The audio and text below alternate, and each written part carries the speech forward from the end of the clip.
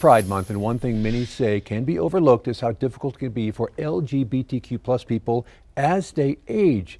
Some suffer a lifetime of discrimination, and numbers show they're more likely to be in poorer health and are financially insecure.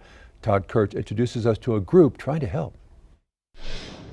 There have been great strides and progressive improvements for the LGBTQ plus community in the last 50 years. Numbers show, though, that there are still many struggling, especially those who are older and came out in the 70s when things were very different. I think most of us know in our hearts there's nothing wrong with us, but there's all this outside information making you doubt yourself. We spoke with two people who had that experience and now help others cope with current challenges.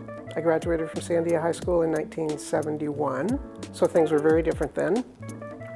And I have to say that there was so little information about anything related to people being gay or lesbian. She was a teacher with APS for 29 years, still helps students who are struggling. That support, she said, was something many who came out in the 70s and 80s rarely had, and it affects them to this day. Many of us have a distrust of all institutions. We don't know who will really be supportive of us.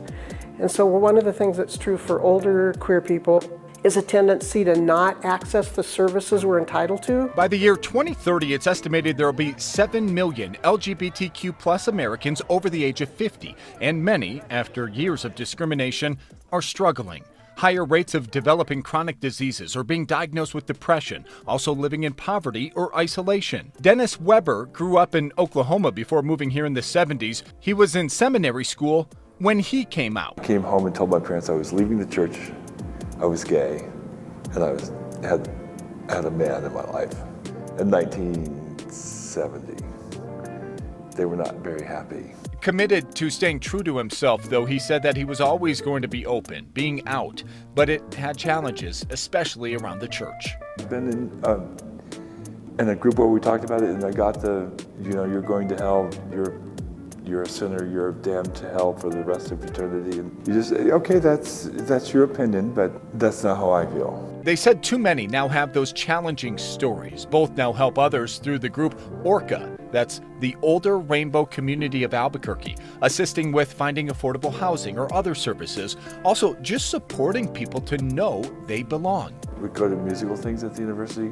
Sometimes they're free, sometimes they're not. We do field trips. And they said if you know someone in the LGBTQ plus community, just showing a little support, a little respect and love can go so far in a person's life.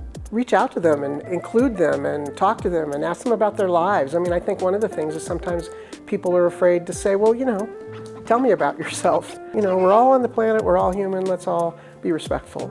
Todd Kurtz, KOAT, Action 7 News.